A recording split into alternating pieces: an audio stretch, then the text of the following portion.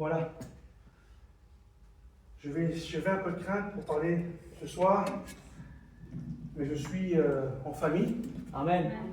Je suis dans la maison de mon père. Amen. Et je vais parler de mon père. Alléluia. Donc il n'y a aucune crainte à avoir dans mon cœur. Je suis chez moi. Amen. Et nous sommes chez nous. Amen. Je vais vous montrer, je n'ai pas grand-chose. Vous savez, il y a des gens, nous avons Jean-Paul ici qui est un enseignant. On a Adrien qui est quelqu'un qui est un érudit. Et moi, je suis un petit gitan. J'ai vécu en caravane, j'ai 50 ans, et une interruption pendant 10 ans, mais ça fait 40 ans que je vis en caravane. Et voilà, j'ai pas grand-chose, c'est que ça. Mais Jésus, dans la parole de Dieu, il nous dit qu'avec 5 pains et 2 poissons, il a nourri 5000 hommes, sans compter les femmes et les enfants. Et aujourd'hui, il va s'occuper de nous, il va nous nourrir, avec ce que j'ai à vous dire. J'espère arriver jusqu'au bout. Par la grâce de Dieu, oui, je vais y arriver. Amen. Alors, comme je vous disais, moi, je vis en caravane. Et mon plaisir à moi, c'est d'aller en Haute-Savoie. En Haute-Savoie, on est dans des grands champs verts, des grands prés, des champs de trèfle. On y marche pieds nus. C'est merveilleux, on est près de la nature. Et on fait des barbecues dehors, on vit dans les bois. Le matin, les chants des oiseaux nous réveillent. Et je ne sais pas si vous avez fait attention. Mais si vous pensez bien à la Terre, la planète Terre, il y a des choses merveilleuses. Vous regardez les décors que nous avons, la mer, les montagnes, les oiseaux du ciel, les animaux dans les forêts, les mers, les poissons qui sont au fond des mers. Tout est merveilleux et tout est fait pour nous. Il y a tout ce qui est les fruits, les légumes.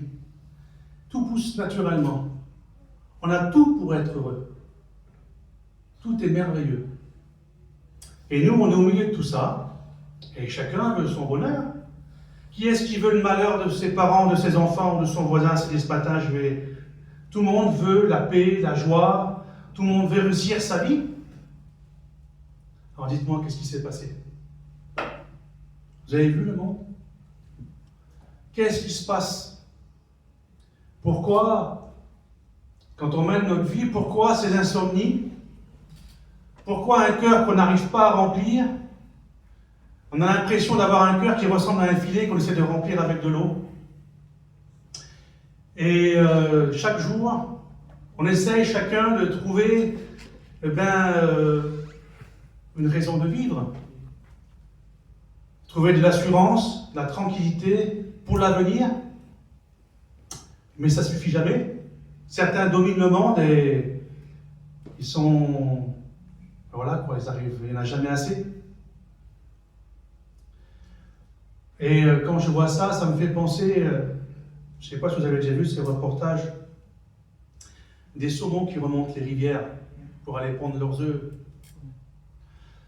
Quand ils sont dans l'embouchure des fleuves, ils sont magnifiques, c'est un poisson merveilleux, ils sont argentés, on en mangerait.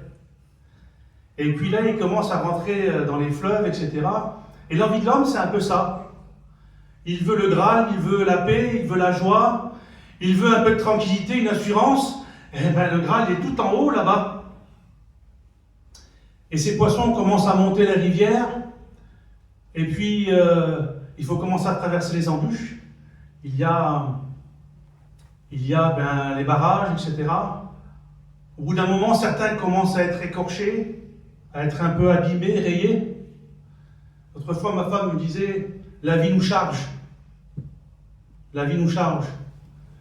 Parce que on a des fois des blessures, des choses qu'on a subies quand on était enfant, des choses qu'on a subies quand on était marié, des choses que le monde a mis sur notre dos parce qu'on nous accuse. Le monde nous accuse et nous met souvent des poids et le monde ne les enlève pas. Même que c'est pardonné, jugé des fois, eh bien l'étiquette vous l'avez et puis c'est fini.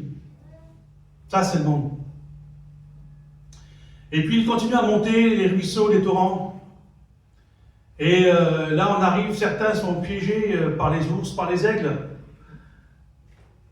Et des fois, je comparais ces ours à certaines choses qu'on essaie des fois d'éviter, mais certaines tombent dans la drogue. Certains tombent pour se faire plaisir des fois dans l'alcool. Toutes les addictions qu'on peut avoir, elles se font dévorer. Et au fur et à mesure que ces poissons montent, ils sont de plus en plus marqués par leur vie. Et sur le bord de la rivière, il commence à apparaître des poissons morts. Parce qu'on perd le monde, la vie, c'est ça. On perd des proches. Et on est inconsolable. Mais voilà, il faut bien continuer. Il faut bien continuer à avancer, à monter. Alors on continue à monter ces rivières. On arrive dans les ruisseaux. Et croyez-moi que ces poissons sont plus beaux à voir. Ils sont même écœurants. Certains ont chopé des parasites. Je comparerais ça à des gens qui veulent parler de voyance tout à l'heure. C'est toi? Parler de voyance. Des gens qui veulent avoir un petit peu, vu qu'ils ne savent pas ce qui va se passer demain, ils veulent une petite sécurité, ils veulent savoir qu'est-ce qui va se passer, là, ils vont voir des voyants, des choses comme ça. Et bien après, ce qui se passe, ils ont des parasites. Et leur vie est de plus en plus compliquée, ils ont de plus en plus de mal à avancer. Et ils restent sur le bord de la route et ils meurent un peu plus haut. Et puis peut-être que toi, tu te dis, voilà, moi, j'y suis presque arrivé.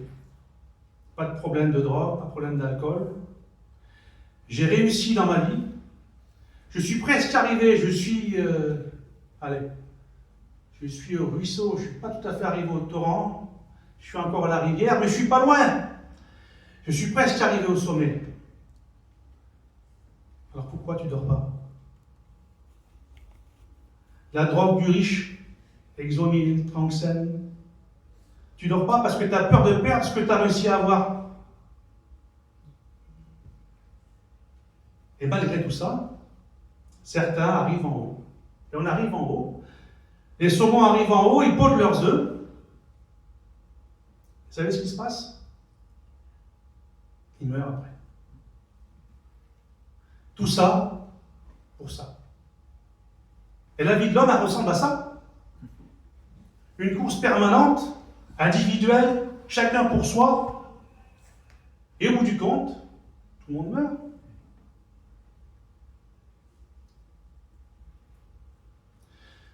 Alors il se passe quelque chose, c'est qu'on commence un petit peu à regarder dans le ciel, et puis dans l'Ecclésiaste, la Bible nous dit que Dieu a mis dans tous les hommes la pensée de l'éternité.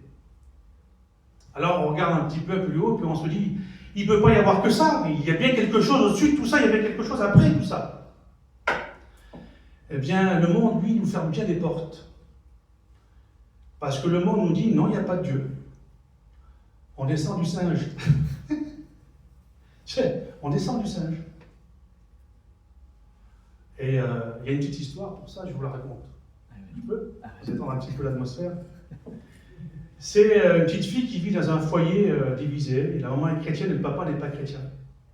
Et à l'école, elle apprend que l'homme descend du singe.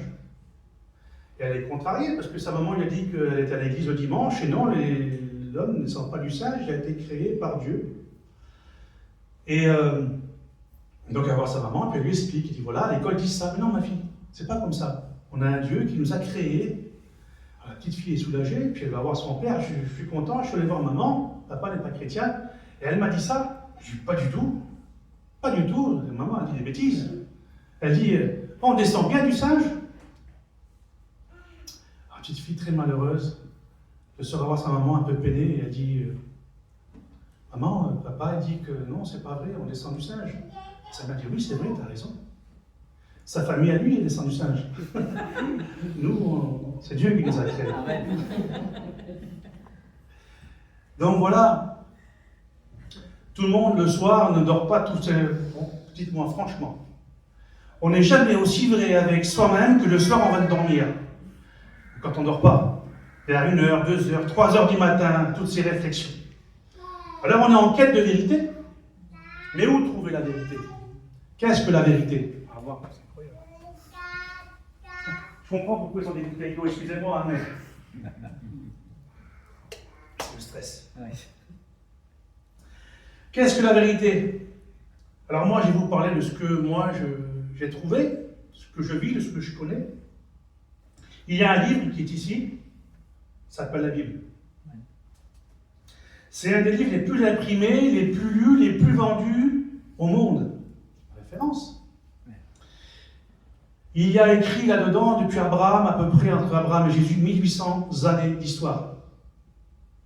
Ça fait à peu près 2000 ans qu'il est lu. Et il est toujours là.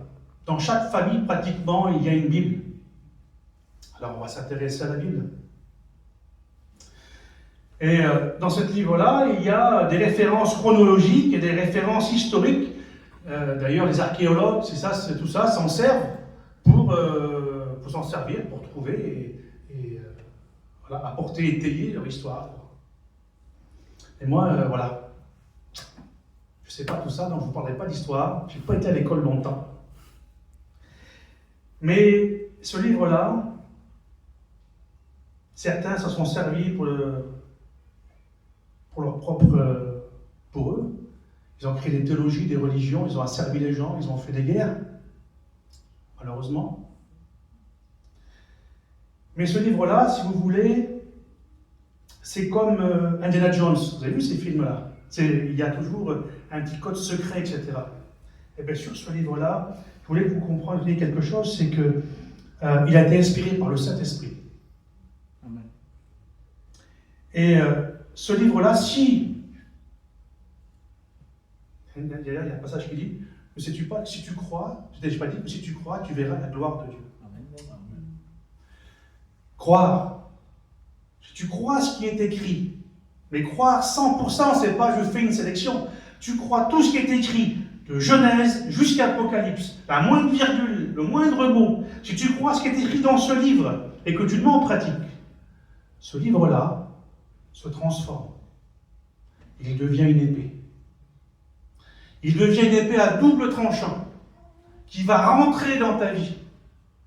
Elle va venir et elle va couper tous tes liens, toutes tes chaînes, toutes tes addictions. Amen. Il va ôter de toi Amen.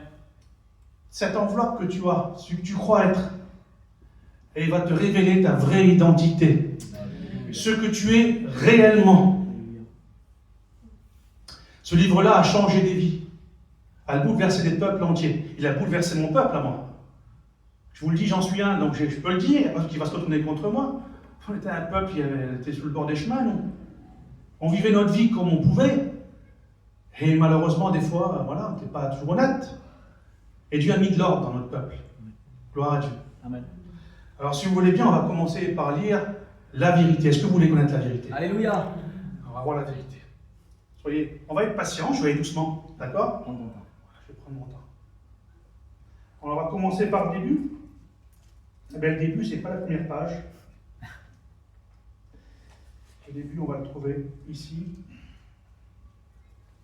Voilà, c'est mes cachets qui le retenaient.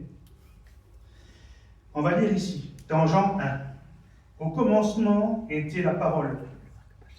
Et la parole était avec Dieu. Et la parole était Dieu. Elle était au commencement avec Dieu. Toute chose a été faite par elle. Et rien de ce qui a été fait n'a été fait sans elle. Elle a été la vie. En elle était la vie. Et la vie était la lumière des hommes. Le commencement, c'est ça. Jean 1. Tout a été fait sur la parole. La parole, c'est pas que ce livre. La parole, c'est l'autorité de Dieu. Tout a été fait par l'autorité de Dieu. Alors, on va commencer à lire ensemble dans la Genèse. On le temps, hein.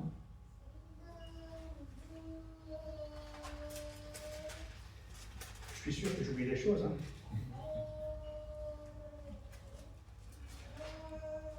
Je ne veux pas Bible. Alors, Genèse 1. Au commencement, Dieu créa la terre et les cieux. La terre était informe et vide. Il y avait des ténèbres à la surface de l'abîme, et l'Esprit de Dieu se mouvait au-dessus des eaux. Dieu dit que la lumière soit, et la lumière fut. Dieu vit que la lumière était bonne, et Dieu sépara la lumière d'avec les ténèbres. Dieu appela la lumière jour, il appela les ténèbres nuit, et ainsi il y eut un premier soir. Ici, on voit que la première chose que Dieu a créée, c'est le temps. Avant, il n'y avait pas de temps. Dieu a créé le temps et sa création a commencé par le temps. Je ne voudrais pas me mélanger. Jésus dit, je suis l'alpha et l'oméga, le commencement et la fin. Et vous savez, comme tout créateur, il laisse une marque sur son tableau.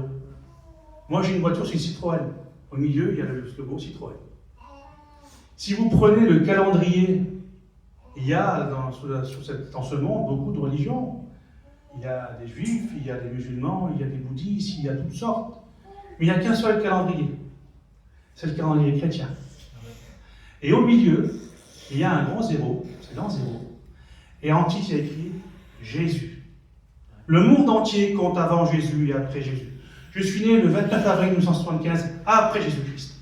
Le Seigneur a pris soin, a marqué le monde par son nom. Voilà. Et Dieu, donc, sur les quelques jours qui a été fait, il a créé la terre, les cieux, et puis il a créé l'homme. Je suis complètement perdu, mais c'est pas grave. Allez, on oublie tout ça. C'est pas grave, je vais laisser guider. Amen. Amen. C'est par Saint-Esprit. On enlève ça. Dieu a créé l'homme le 6e jour. Il avait créé la terre parfaite, les animaux du ciel, les oiseaux du ciel, les animaux de la terre, la mer, ce qui était sous la mer, tout était parfait, selon Dieu. Il a créé l'homme le 6e jour. Il a créé l'homme à partir de la terre, il lui a formé un corps, et ensuite il a soufflé dans la narine d'Adam, de l'homme, un souffle de vie. Pour que vous puissiez bien comprendre la puissance de Dieu, c'est qu'un seul souffle de Dieu dans les narines d'Adam a fourni assez de vie pour toute l'humanité et pour l'éternité. Imaginez-vous la puissance de Dieu. Il a créé la femme aussi, et il dit à Adam, voilà, tout est pour toi, domine sur les animaux. Vous marquerez, vous lirez, si vous lirez dans la Genèse, nulle part il y a écrit Adam, domine sur l'homme. On doit être, c'était pas ce qui était prévu. Et il dit, voilà, nourris-toi, reste dans le jardin. Et donc dans ce jardin-là, il n'y avait pas de tristesse, pas de maladie, pas de mort, pas d'angoisse. Tout était parfait. Et vous savez qu'au commencement, c'est la vie que nous devions avoir. Notre héritage, nous tous autant que nous sommes des descendants d'Adam et Ève. Et nous avons hérité d'Adam et Ève, 10 doigts, 2 bras, une tête, des oreilles. Et nous respirons, et nous sommes des descendants d'Adam, pas du singe. Et notre héritage, à nous, c'était le ciel, dans la paix, dans la joie, avec Dieu. Mais voilà, il y avait un être, Satan, qui était en inimitié avec Dieu, et qui ne pouvait pas trop nous aimer parce qu'on était fait à l'image de Dieu. Lui est venu et a séduit Ève, parce que Dieu avait dit une chose, par contre je voulais revenir là-dessus. C'est que Dieu avait tout fait parfait et aimait l'homme. Tellement il aimait l'homme, c'est qu'il lui a laissé toute la liberté d'aller partout dans le jardin. Et tellement il aimait l'homme, il lui a fait confiance, il a mis au milieu du jardin un arbre qu'il appelle l'arbre de la connaissance du bien et du mal, et il lui a dit, tu ne mangeras pas de cet arbre. Il l'a mis à sa portée parce qu'il l'aimait, et quand on aime quelqu'un, on lui fait confiance, il a toute la liberté de rester ou de partir. Donc Dieu a fait confiance à Adam. Mais voilà, le diable est arrivé, a séduit Ève, Ève a mangé de ce fruit, a désobéi à Dieu, et Adam aussi. Ce qui s'est passé, c'est que par la désobéissance à Dieu, c'est un péché. Mais en même temps, il n'y a pas eu que ça.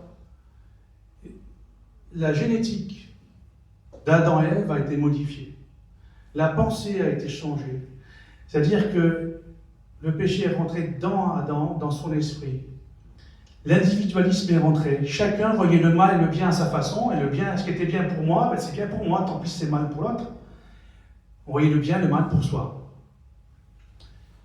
Et voilà que la pensée et l'esprit de l'homme est contaminé par le péché.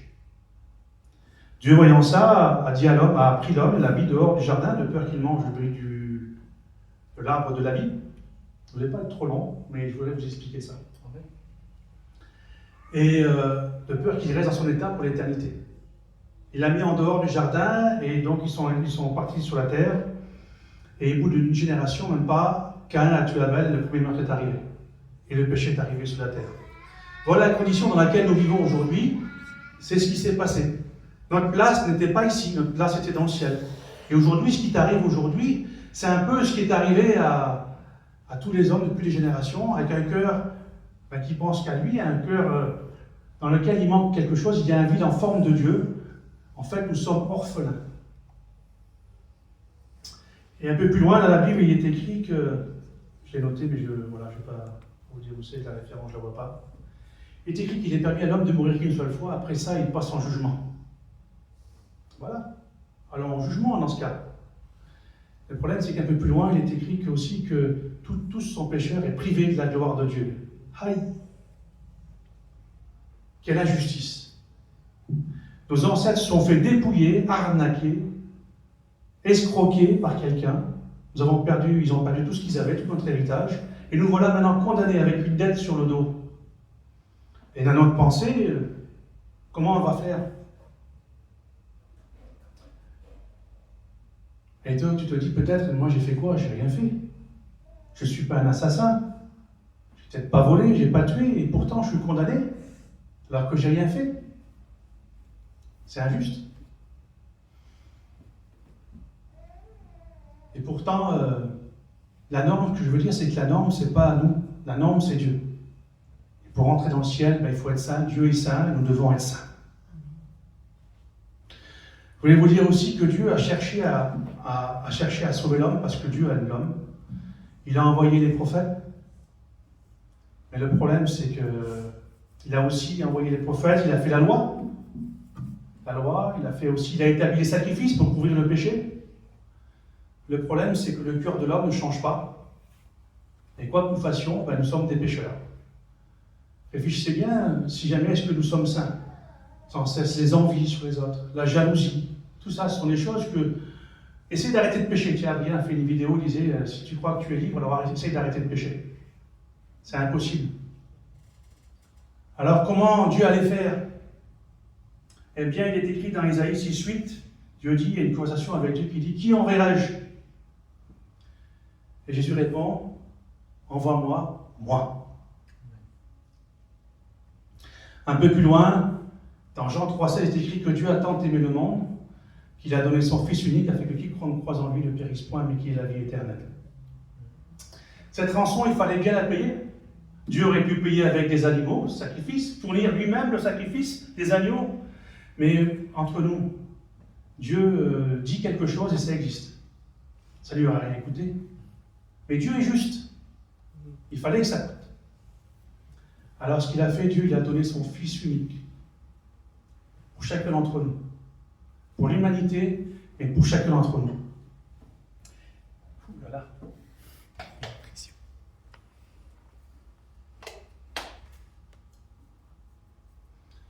Donc Jésus est venu sur cette terre.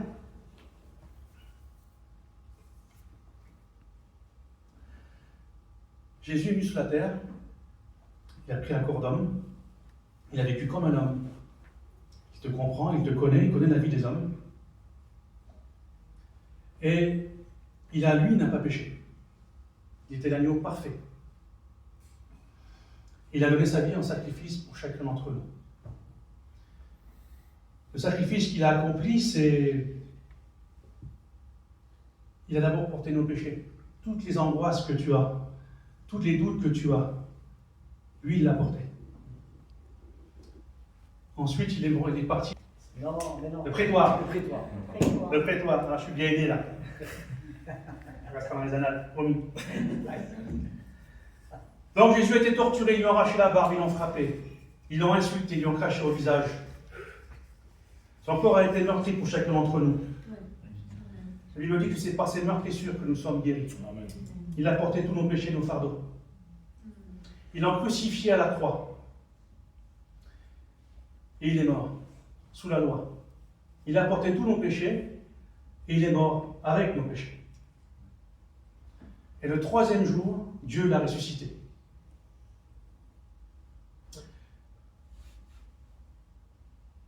Et c'est par la foi en lui que nous sommes sauvés.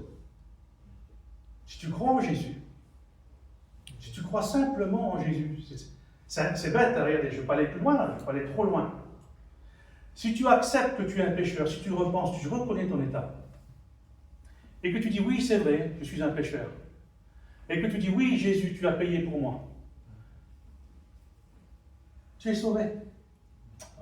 Ça ne va pas plus loin. Tu dis, mais c'est tout ce que j'ai à faire, toute cette misère dans la terre, toutes ces souffrances, tout ce que j'ai vécu, j'ai seulement ça à faire. Oui, tu n'as que ça à faire.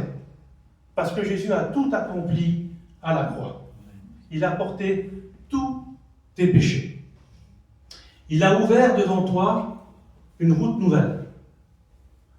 Il a ouvert devant toi un nouveau chemin, une nouvelle destinée. Il t'a réconcilié avec le Père. D'ailleurs, je ne l'ai pas lu, mais je vais le lire. Amen. Hein? Voilà. Regardez ce qu'il a fait. On va ouvrir dans Jean. On va s'appuyer sur la parole parce que la vérité, elle est là. Voilà. On va tourner dans Jean. Voilà. Jean chapitre 1, verset 12. Mais tous ceux qui l'ont reçu, à ceux qui croient en son nom, elle a donné le pouvoir de devenir enfants de Dieu, lesquels sont nés non du sang, ni de la volonté de la chair, ni de la volonté de l'homme, mais de Dieu. Et la parole a été faite chair, et elle a habité parmi les hommes, pleine de grâce et de vérité. Nous avons contemplé sa gloire, une gloire comme la gloire du Fils unique, venu du Père. Voilà. Et on va reprendre un peu plus loin dans les Galates. Voilà, ici. Regardez ce qu'il a fait. Or, aussi longtemps que l'héritier est enfant, je dis qu'il ne diffère en rien d'un esclave, quoiqu'il soit le maître de tout, mais il est sous des tuteurs et des administrateurs, jusqu'au temps marqué par le Père. Nous aussi, de la même manière, lorsque nous étions enfants, nous étions sous l'esclavage des principes élémentaires du monde, c'est ce qu'on a vu tout à l'heure. Mais lorsque les temps ont été accomplis, Dieu a envoyé son Fils, né d'une femme, né sous la loi, afin qu'il rachète ce qui était sous la loi, afin que nous recevions l'adoption, et parce que vous êtes fils, Dieu a envoyé dans nos cœurs l'esprit de son Fils, le Saint-Esprit. À partir du moment où vous acceptez Jésus, le Saint-Esprit vient dans vos cœurs. Il vous éclaire dans toute la vérité. Il vous accompagne tous les jours de votre vie. Et il vous aide à surmonter vos pensées. Il change vos vies.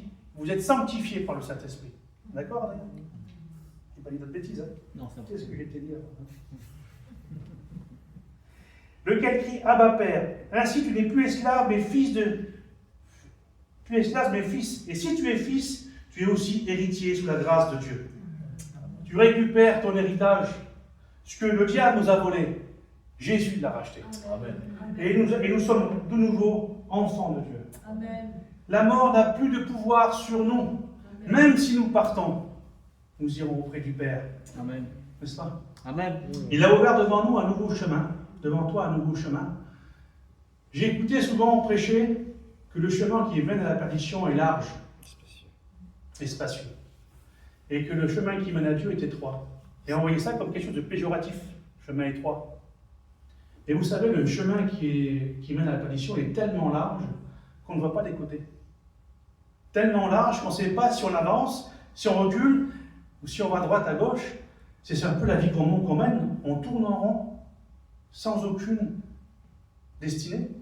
Mais le chemin de Jésus, tu t'engages dessus, tu sauras où tu vas. Amen. Il est bien droit, les côtés sont bien resserrés, tu ne peux pas te tromper. Tu peux aller que de l'avant. Amen. Je crois que je suis passé un petit peu à côté du message. Mais je voudrais poser une question à quelqu'un aujourd'hui. Est-ce que ça te dirait de goûter à cette vie? Est-ce que ça te dirait de rentrer sur ce chemin? Est-ce que tu crois que Jésus est mort pour toi sur la croix? Amen. Je parlerai même aux chrétiens. Est-ce que tu penses avoir perdu quelque chose en route parce que tu aurais eu un doute sur quelque chose où tu n'aurais pas tout pris? Est-ce que tu voudrais être renouvelé aujourd'hui?